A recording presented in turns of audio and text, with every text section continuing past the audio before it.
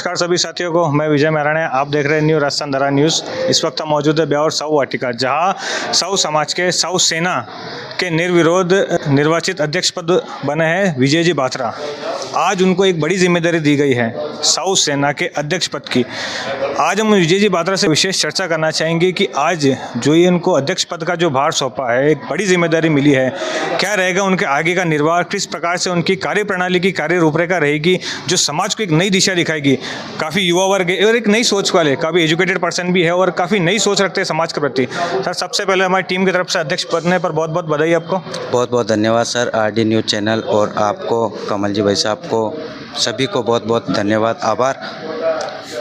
Sir, आज बहुत बड़ा पद का जिम्मेदारी आपको मिली है, साहू सेना अध्यक्ष। काफ़ी लंबे अरसे से काफ़ी चर्चा में भी रहा है मुद्दा अध्यक्ष पद को लेके, और आज आपको जिम्मेदारी मिली है। सर, किस प्रकार से आपका आगे निर्वाह रहेगा? सर देखो, जैसा कि आपने बताया कि जिम्मेदारी बहुत बड़ी है, पूरा जिले का एक कार्यभार है। जिस प्रकार देश की सेना राहत बचाव कार्यों में लगी हुई रहती है, देश हित के कार्य करती है, उसी प्रकार साहू समाज में एक साहू सेना का निर्माण हुआ है और उसमें हम प्रत्येक समाज के अंतिम पंक्ति में खड़े व्यक्ति को साथ लेकर के चलने का प्रयास करेंगे।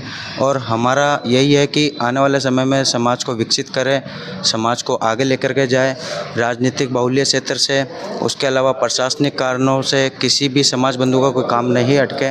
शिक्षा के क्षेत्र में, चिकित्सा के क्षेत्र में, बेरोजगारी के क्षेत्र में हम कार्य करेंगे। समाज के वरिष्ठ लोगों से मार्गदर्शन प्राप्त करके आगे बढ़ेंगे, युवाओं का साथ लेंगे और समाज को एक नई दिशा देने का कार्य करेंगे। सर, आप युवा वर्ग हो, एजुकेटेड हो, कुछ ऐसा मुद्दा आपकी नज़र में जो आपको लगे कि पूर्व में ये चीज़ नहीं हो पाई है युवा वर्ग को लेकर और समाज के हित को लेकर, आप क्या बड़े पदाधिकारी को ये कहना चाहेंगे? एक बात मेरा बड़े पदाधिकारियों से यही कहने का है कि आज तक समाज में जैसे चिकित्सा का एक परामर्श शिविर का आयोजन बड़े लेवल पर नहीं हुआ है।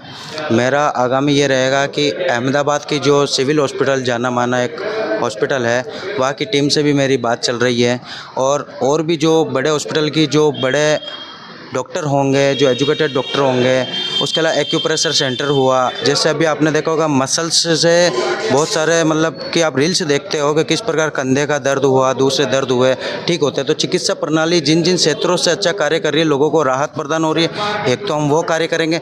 दूसरा, प्रशासनिक तौर पर जैसे जो समाज के वंचित वर्ग है, जो आज तक जिनको प्रशासनिक सेवाएँ नहीं मिल पाई, उनको हम ई मित्र के माध्यम से कैंप लगा करके किसी का जन आधार बनवाना, चिरंजीवी योजना का फ़ायदा दिलवाना, आयुष्मान योजना का फ़ायदा दिलवाना। तो ये वैसे तो प्रशासनिक कार्य है, लेकिन एक सामाजिक जिम्मेदारी भी ये है कि समाज का कोई वर्ग है, उसको अगर वहाँ ज़रूरत है और आज उसका अगर चिरंजीवी का कोई कार्ड नहीं बना और वो कोई बीमार हो जाता, कर जाता और उसके 5 लाख का कोई खर्चा आ गया, तो चिरंजीवी कार्ड में जैसे क्या होता है, वो बनने के बाद में 90 दिन के बाद में, वो 3 महीने बाद में वो लागू होता है। तो वहाँ पर जो उसका नुकसान होता है, ऐसे नुकसानों से गरीब परिवारों को बचाने के लिए जो भी कार्य होगा, मतलब समाज हित में अन्य जो भी कार्य, माँ कर्माबाई की जयंती जो हम बनाते हैं, हमेशा जन्मोत्सव मनाते हैं उनका, वो बहुत अच्छे लेवल पे करेंगे। उसके अलावा छात्र छात्राओं का सम्मान समारोह है, हम प्रयास करेंगे कि हम प्रदेश स्तर पर अच्छा सम्मान समारोह करें।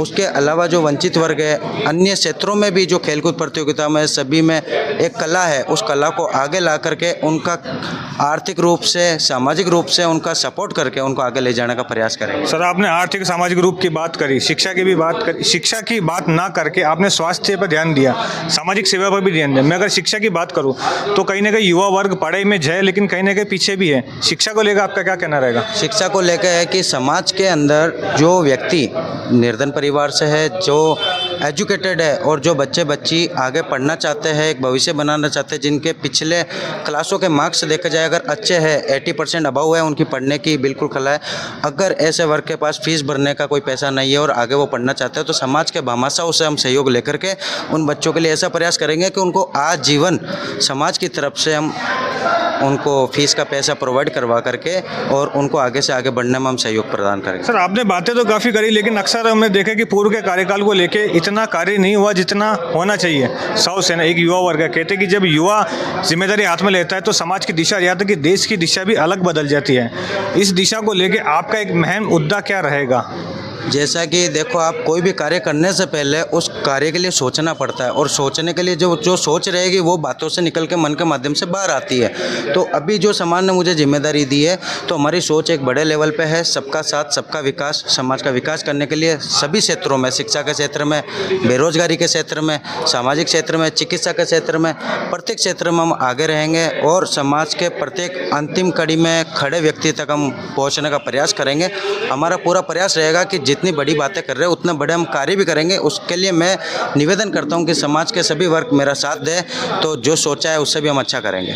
बिल्कुल सर, आपकी बहुत अच्छी बात लगी सर। एक अहम मुद्दा जो मेरे को भी लगता है, जो मैंने सर्वे भी करा था समाज को लेके, मृत्यु बोझ को लेके, बड़े बड़े समाज के भामाशाह है जिनके जो समाज को नई दिशा दिखाते हैं, वो बढ़ चढ़ के मृत्यु बोझ में सोशल मीडिया पे फोटो खिंचाने का शौक रखते हैं। क्या मृत्यु बोझ बंद होना चाहिए या ये पद्धति आगे तक चलती रहनी चाहिए? क्या कहना? मैं एक बात बताना चाहता हूँ कि जैसे मेरे दादाजी और बड़े दादाजी का जब स्वर्गवास हुआ था, समाज की तरफ से किसी को कोई दबाव नहीं होता कि आप मृत्यु बोझ करो, ऐसा नहीं है। समाज की तरफ से मृत्यु बोझ प्रथा कब की बंद है और आगे भी बंद है, और उसके ऊपर सरकार भी कार्य कर रही है। सरकार ने भी नज़दीकी जो पार्षद है, जो मेंबर है, उनको बोला है कि अगर कोई मृत्यु बोझ करे तो आप प्रशासन को अवगत करवाएं, ताकि उन पर दंडात्मक कोई कार्रवाई हो, क्योंकि एक ये इसको कुप्रथा माना गया है। तो सामाजिक तौर पे साहू समाज ने कभी का निर्णय ले लिया है, इसको मृत्यु बोझ को कब का ही बंद कर। धरातल पे लागू नहीं हुई है अभी सर, धरातल पे बहुत सारे ऐसे परिवार हैं जिन्होंने निर्णय लेकर के इसको धरातल पे बंद कर दिया है।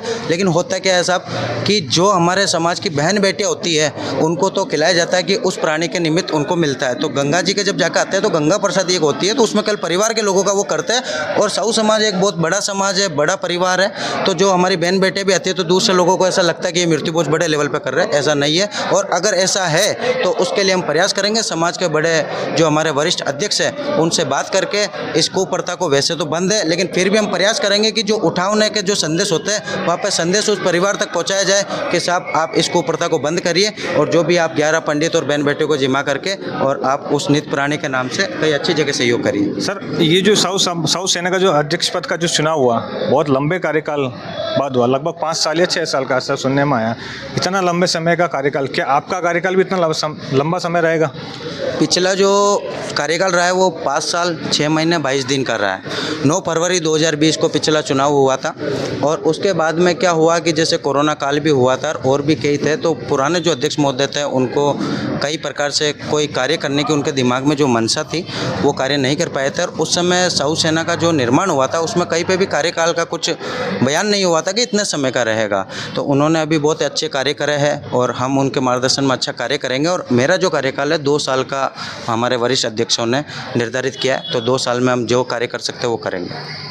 बहुत बहुत धन्यवाद हमारे साथ बने रहने के लिए। तो ये थे विजय जी बात्रा, साउथ सेना के नए अध्यक्ष। काफ़ी अच्छी विचारधारा के साथ इन्होंने अध्यक्ष पद का जो भार ग्रहण करा है, काफ़ी सराहनीय है। संवाददाता विजय मेहराणे के साथ न्यू राजस्थान धरा न्यूज़, ब्यावर। किसी भी प्रकार का कोई भी भेदभाव नहीं करूंगा किसी में भी, और मैं सभी समाज को सभी समाज के नौजवानों को साथ लेकर के चलूंगा। मैं विधि का विधान है तो उसकी शपथ लेता हूँ कि मैं किसी के भी दबाव में नहीं आऊँगा। मैं विधि के विधान की शपथ लेता हूँ कि मैं किसी के भी दबाव में नहीं आऊँगा। न कहीं मैं कोई ऐसा कार्य करूँगा जिससे समाज के प्रतिष्ठा को धब्बा लगे। ना ही कोई ऐसा कार्य करूँगा जिससे समाज की प्रतिष्ठा को धब्बा लगे। मैं सदैव